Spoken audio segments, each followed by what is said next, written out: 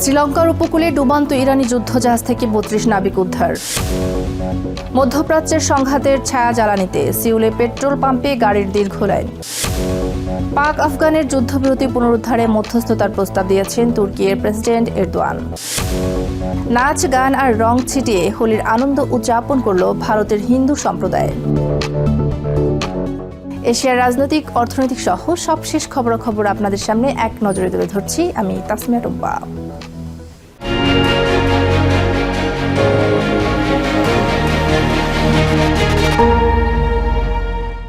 ভারত মহাসাগরে নিজেদের জলসীমার কাছাকাছি ডুবতে থাকা একটি ইরানি ফ্রিগেট থেকে অন্তত ৩০ জন নাবিককে বুধবার উদ্ধার করেছে শ্রীলঙ্কার নৌবাহিনী। সংসদে এ তথ্য নিশ্চিত করেছেন শ্রীলঙ্কার পররাষ্ট্রমন্ত্রী বিজিথা হেরাথ। আইরিস ডেনা নামে এই জাহাজটি ১৮০ জন ক্রু নিয়ে ভোরে বিপদ সংকেত পাঠালে দ্রুত দুটি নৌযান ও একটি বিমান নিয়ে উদ্ধার অভিযান শুরু হয়। জাহাজ থেকে অন্তত ৩২ জনকে উদ্ধারের পর দ্রুত তাদের হাসপাতালে পাঠানো হয়। আহতরা সাদার্ন গ্যালের একটি হাসপাতালে চিকিৎসাধীন রয়েছেন।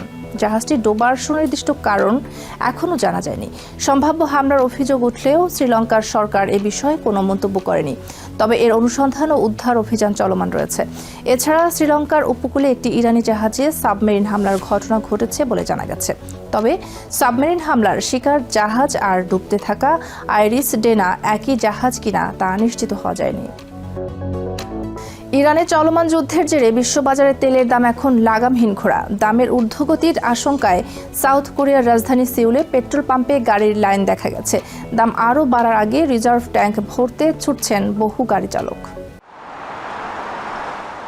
সাউথ কোরিয়ার রাজধানী সিউলের একটি পেট্রোল স্টেশনে বুধবার বেশ সকাল থেকেই গাড়ির দীর্ঘ সারি দেখা যায়। বিশ্ববাজারে তেলের দাম বাড়ার আশঙ্কায় অনেক চালক আগেভাগেই জ্বালানি কিনে রাখতে পাম্পে ভিড় করেছেন। চালকদের আশঙ্কা, ইরানে যুদ্ধ দীর্ঘ হলে তেলের দাম আরও বাড়তে পারে, বিশেষ করে যদি ইরান গুরুত্বপূর্ণ হরমুজ প্রণালী দীর্ঘদিন বন্ধ রাখে। আমার মনে হচ্ছে আজকের দামই হয়তো কিছুদিনের জন্য সবচেয়ে কম, তাই ট্যাঙ্ক ভরতে এসেছি। রাশিয়া ইউক্রেন যুদ্ধের পরিস্থিতির সঙ্গে বর্তমান অবস্থা অনেকটা ভিন্ন। শোনা যাচ্ছে ইরান হরমুজ প্রণালী বন্ধ করে দিয়েছে, তাই যুদ্ধ যত দীর্ঘ হবে তেলের দাম তত বাড়বে। যদিও কোথাও আতঙ্কিত হয়ে অতিরিক্ত কেনাকাটার দৃশ্য দেখা যায়নি, তবে পাম্প কর্তৃপক্ষ জানিয়েছে সাধারণ সময়ের তুলনায় গাড়ির লাইন বেশ দীর্ঘ। সাউথ কোরিয়া তেল উৎপাদন করে না। আন্তর্জাতিক পরিস্থিতি দিন দিন আরো জটিল হচ্ছে। এর সঙ্গে ওয়ন ডলারের বিনিময় হারও বাড়ছে। সব মিলিয়ে বিষয়টি খুবই উদ্বেগজনক। সাউথ কোরিয়া তাদের প্রায় সব অপরিশোধিত তেলই আমদানি করে, ফলে বৈশ্বিক সরবরাহে বিঘ্ন বা মুদ্রা বাজারের ওঠানামার প্রভাব দেশটির ওপর দ্রুত পড়ে। সম্প্রতি দেশটির কারেন্সি ওয়ন ডলারের বিপরীতে ১৭ বছরের মধ্যে প্রথমবারের মতো ১৫০০ ছাড়িয়ে যায়।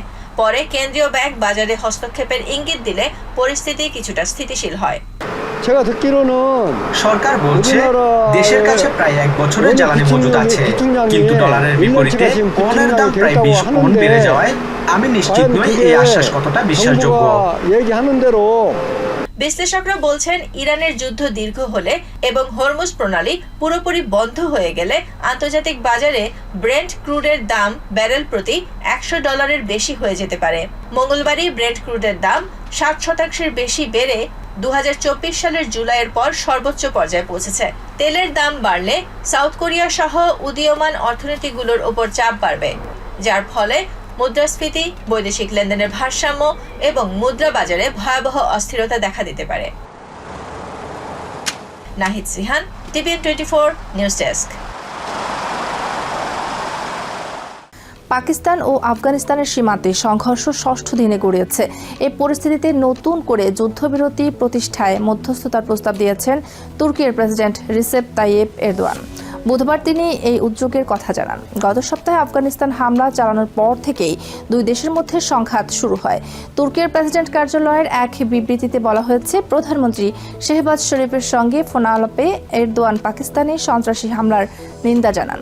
একই সঙ্গে তিনি বলেন, দুই প্রতিবেশী দেশের মাঝে আবারও যুদ্ধবিরতি প্রতিষ্ঠায় তুর্কি ভূমিকা রাখতে চায়। এর আগে গত অক্টোবরে কাতার ও তুর্কির মধ্যস্থতায় যুদ্ধবিরতি বাস্তবায়িত হয়। কাতারে স্বাক্ষরিত সমঝোতার পর ইস্তানবুলে 6 দিনের আলোচনা হয় এবং যুদ্ধবিরতি বাড়ানো ও নভেম্বর মাসে 3য় দফা আলোচনার বিষয়ে সম্মতি হয়। কিন্তু পরবর্তী বৈঠকে আর কোনো অগ্রগতি হয়নি এবং আলোচনার প্রক্রিয়া স্থবির হয়ে পড়ে। রং খেলাকে কেন্দ্র করে ভারতের রাস্তাঘাট আর পাড়া মহল্লা মেতে উঠেছে উল্লাসে। বুধবার হোলি উৎসব উদযাপনে সবাইকে নিয়ে নাচে গানে মুখরিত হয়ে ওঠেন হিন্দু ধর্মাবলম্বীরা। ছোট বড় ছেলে মেয়ে সবার মুখে হাসি, চোখে উচ্ছ্বাস। একে অপরকে রং লাগানো, গানের তালে নেচে উঠে হাসি আর আনন্দমুখর পরিবেশে উদযাপিত হয় দিনটি। রং খেলাকে কেন্দ্র করে ভারতের রাস্তাঘাট আর পাড়া মহল্লা মেতে উঠেছে উল্লাসে। বুধবার হোলি উৎসব উদযাপনের সবাইকে নিয়ে নাচে গানে মুখরিত হয়ে ওঠেন হিন্দু ধর্মাবলম্বীরা। ছোট বড় ছেলে মেয়ে সবার মুখে হাসি, চোখে উচ্ছ্বাস। একে অপরকে রং লাগানো, গানের তালে নেচে উঠে হাসি আর আনন্দমুখর পরিবেশে উদযাপিত হয় দিনটি। ফাগুন মাসের পূর্ণিমা তিথিতে উদযাপিত হয় হোলি বা দোলযাত্রা। এটি বসন্তের আগমনের সাথে মন্দের উপর ভালোর জয়ের প্রতীক হিসেবে উদযাপিত হয়। আর সেই খুশি ছড়িয়ে দিতে নাচ গান আর রঙের ছোঁয়ায় মেতে ওঠেন ভারতের হিন্দুরা। তাদের কাছে হোলির এই আনন্দে মেলে ইতিবাচক বার্তা। হোলির মূল বার্তা হলো শেষ পর্যন্ত সত্যেরই জয় হয়। এটি আমাদের হিন্দু ধর্মাবলম্বীদের অন্যতম একটি উৎসব। এই দিনে আমরা সবাই ভাই বোন, জাত ভেদাভেদ ভুলে একসাথে মিলিত হই এবং এই উৎসব পালন করি। এই উৎসব সম্প্রীতির বার্তা দেয়, যেখানে আমরা সবাই এক রঙে রঙিন হই, আর সেই রং হলো ঈশ্বরের রং। উত্তরপ্রদেশের রাস্তা জুড়ে আনন্দের উচ্ছ্বাস। ধনী দরিদ্র সবাই মিলে হাসি আর আবিরে মেতে উঠেছে। এই আনন্দ সকল সম্প্রদায়ের মানুষকে যেন এক কাতারে নিয়ে এসেছে। উত্তর পূর্ব ভারতের আসাম রাজ্যেও বেশ বড় পরিসরে পালিত হচ্ছে দোল উৎসব। দূর দূরান্ত থেকে অনেকে এই উৎসবে যোগ দিতে এসেছেন। মানুষের প্রচন্ড ভিড় থাকলেও গান আর রং খেলার আনন্দে ভোগান্তি ভুলে যান ভক্তরা।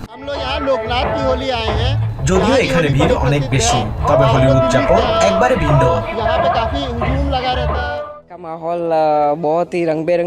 আজকের পরিবেশটি খুবই রঙিন, একই সাথে আমাদের মনও রঙিন, কারণ আমরা সবাই একসাথে হোলির আনন্দ উদযাপন করেছি, দুঃখ বেদনা ভুলে। নতুনত্ব ও পুনর্জাগরণের প্রতীক এই হোলি। হিন্দুদের ভগবান শ্রীকৃষ্ণ ও রাধার চিরন্তন প্রেমের সঙ্গেও এই উৎসবটি জড়িয়ে আছে। ইশরাত জাহান, TVN 24 নিউজ ডেস্ক।